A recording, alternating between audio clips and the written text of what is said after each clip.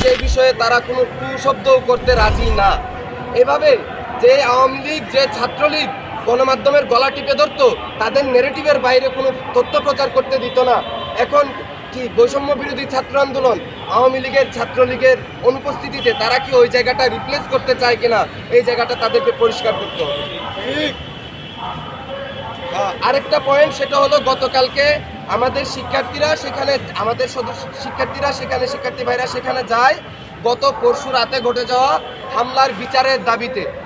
তারা সেখানে গিয়ে শান্তিপূর্ণভাবে বসে থাকেন। আমাদেরকে জানানো হয়েছিল যে 2টায় বৈঠক অনুষ্ঠিত হবে। আমরা 2:30 পর্যন্ত অপেক্ষা করি, দেখি যে আমাদেরকে বাদ দিয়ে এই ভিতরে আলোচনা চলছে এবং আমরা বারংবার যোগাযোগ করা হলেও ভিতর থেকে কোনো রেসপন্স আমরা পাই নাই।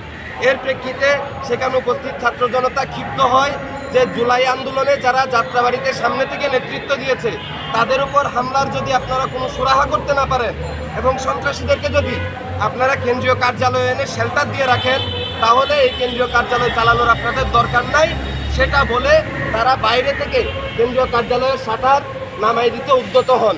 এখন এখানে তর্ক হইতে পারে যে শাটার নামানো উচিত ছিল কি ছিল না, সেটা নিয়ে তর্ক হইতে পারে, কিন্তু এগুলো কোনো কিছুই কালকে যে বেধড়ক মারটা আমাদের শিক্ষার্থীদেরকে মারা হয়েছে, আমার পাশে মাসুদ ভাই আছেন যার মাথায় 22টা সেলাই কখন লাগে বুঝেন?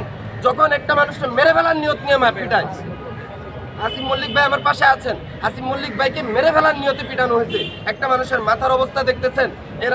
এরা ছাত্রলীগের প্রেতাত্মা এদের মধ্যে ভর করছে। এরা ক্ষমতার কাছাকাছি গিয়ে এরাও ছাত্রলীগের পদাঙ্কই অনুসরণ করতেছে। তারা চাইতেছে না তাদের কোনো ভিন্ন মত থাকুক।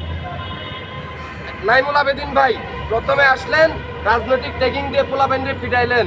পিটানোর পরে আমরা যখন সদস্যদেরকে হাসপাতালে নিলাম, হাসপাতালে ভর্তি করলাম, এর ভিতরে কিন্তু নাইমুল আবেদিন ভাই তাদের তথ্য মতেই আর কি, তাদের পোলাপানের তথ্য মতেই নাইমুল আবেদিন ভাই এর মধ্যে 2টা মিটিং করছেন সন্ধ্যার মধ্যে। উনি নিচে নামছেন, ওই হাত দিয়ে উনি চা সিগারেট খেয়েছেন। সন্ধ্যার পরে ম্যাজিক্যালি হুট করে ওনার হাতে ব্যথা জেগে উঠছে, ওনার হাতে ফ্র্যাকচার দেখা দিচ্ছে। শুনেন, আমরা এই ধরনের ঘটনা আগেও দেখছি, 5 তারিখের পর আরো একটা দেখছি। এই যে স্টুডেন্টস ফর সভারেন্টি নাম দিয়ে পাহাড়ি শিক্ষার্থীদের উপর হামলা করে, যে ফেক ব্লাড সহ ব্যান্ডেজ বাইন্দা ভিকটিম সাজা, নিজে হামলা করে নিজে ভিকটিম সাজা, এগুলো নতুন কিছু না, আমরা এগুলো আগে থেকেই ধরতে পারি। এই নাটকগুলো আর করেন। আমাদের আরেকজন ভাই এখানে উপস্থিত আছেন, মাসুদ গতকালকে হামলার পরে, হামলার শিকার হয়েছেন উনি। হামলার পরে যখন আপনাদের গণমাধ্যম কর্মীরা তার কাছ থেকে তার প্রতিক্রিয়া জানতে চায়, সে রূপায়ণ টাওয়ারের নিচে দাঁড়িয়েই সাংবাদিকদেরকে তার প্রতিক্রিয়া জানায় এবং সেখান থেকে যখন সে রিকশায় করে ঢাকা মেডিকেলের উদ্দেশ্যে রওনা হয়, তাকে রিকশা থেকে টেনে হিঁচড়ে নামিয়ে তাকে পুনরায় মারধর করা হয় এবং তাকে জঙ্গি সহ বিভিন্ন আপত্তিকর শব্দ ব্যবহার করা হয় তার সামনে। ওনার দাড়ি ধরে টান দেওয়া হয়। উনি একজন প্র্যাকটিসিং মুসলিম। ওনার দাড়ি ধরে টান দেওয়া হয়, ওনার টুপি মাথা থেকে খুলে ফেলে দেওয়া হয়, বলা হয় উনি একজন জঙ্গি। এবং আমরা যখন আমরা আহত শিক্ষার্থীদেরকে, আমাদের আহত ভাইদেরকে নিয়ে ঢাকা মেডিকেলে দৌড়াদৌড়ি করছি, তখন হুট করে দেখি একটা প্রেস রিলিজ দিয়েছেন তারা। সেই প্রেস রিলিজে কিছু কিছু ঘটনার কোনো উল্লেখ নাই। সেই ঘটনাগুলো উল্লেখ করা আমাদের জন্য জরুরি বলে আমরা মনে করতেছি। পয়েন্টগুলো একটু মন দিয়ে শুনবেন। প্রথমত, এই যে ঘটনাটা, গতকালকে যে প্রেস রিলিজ, সেখানে ঘটনার সূত্রপাত কোথা থেকে সে বিষয়ে কোনো বক্তব্য নাই।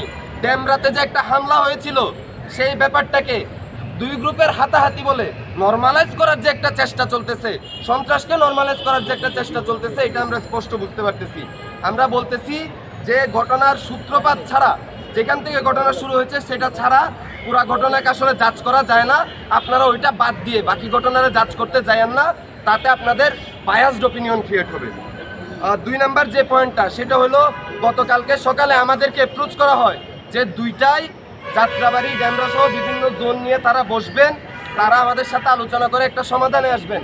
কিন্তু তাদের প্রেস রিলিজে তারা একবারের জন্য এই ঘটনাটা উল্লেখ করেন নাই যে তারাই বলছিলেন আমাদেরকে কালকে সেখানে যাইতে।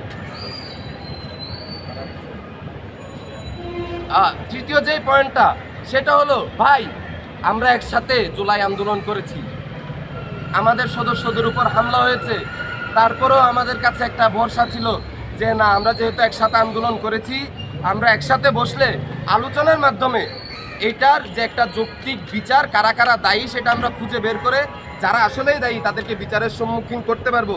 কিন্তু আমরা যেই মুহূর্তে আলোচনার দিকে যেতে চাই, সেই মুহূর্তে যখন তারা একটা প্রেস রিলিজে আমাদের আহত ভাইদেরকে আমাদেরকে বিপদগামী বলে ঘোষণা দিয়ে দেন, তখন আসলে তারা আলোচনার যে মিনিমাম সম্ভাবনাটা ছিল সেই সম্ভাবনাটা আসলে নিজেদের পক্ষ থেকে খারিজ করে দেন।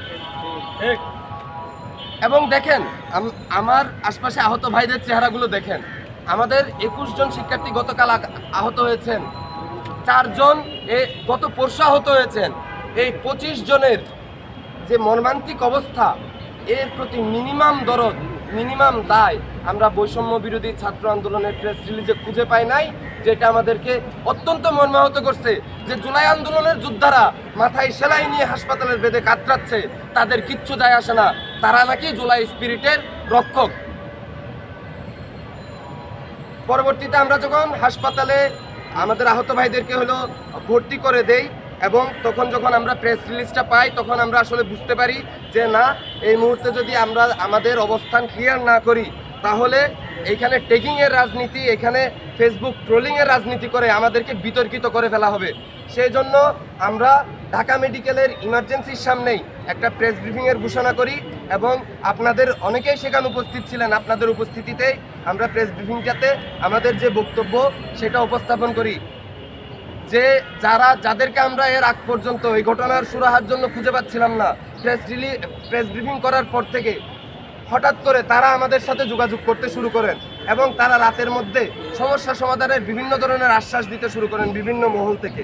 এর ভিতরে বেসরকারির দায়িত্বপ্রাপ্ত মুন্না, ওনাদের কেন্দ্রীয় নেতা, তিনি আমাদেরকে জানান যে বৈষম্য বিরোধী ছাত্র আন্দোলনের সদস্য সচিব আরিফ সোহেল ভাই রাত 11টায় শেখ বুরহানুদ্দিন পোস্ট গ্রাজুয়েট কলেজে আমাদের সাথে বসবেন এবং কারা কারা দায়ী, তাদের বিরুদ্ধে কি কি ব্যবস্থা নেওয়া যায় সে বিষয়ে আমাদের সাথে আলোচনা করবেন।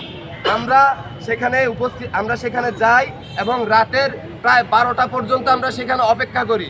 এর ভিতরে আমাদেরকে 5 মিনিট লাগবে, 10 মিনিট লাগবে বলে বিভিন্নবার ঘোরানো হয় এবং শেষ পর্যন্ত গিয়ে 12টার সময় যখন আমরা দেখি যে না, কেন্দ্রীয় নেতাদের কেউ বা গুরুত্বপূর্ণ কেউ এখন উপস্থিত হচ্ছেন না বা সেই ধরনের প্রস্তুতি আমরা খুঁজ পাচ্ছি না, আমরা তখন বুঝতে পারি যে না, এটা আসলে সমস্যা সমাধানের জন্য আমাদেরকে এখানে ডাকা হয় নাই বা ন্যায় বিচার একসাথে আমরা ন্যায় বিচারের জন্য লড়াই করবো এই জন্য আমাদেরকে ডাকা হয় নাই। আমাদেরকে আশ্বাসের মূলা ঝুলানো হয়েছে যাতে আমরা যে বলেছিলাম গতকাল রাতে আমরা মামলা করতে যাব,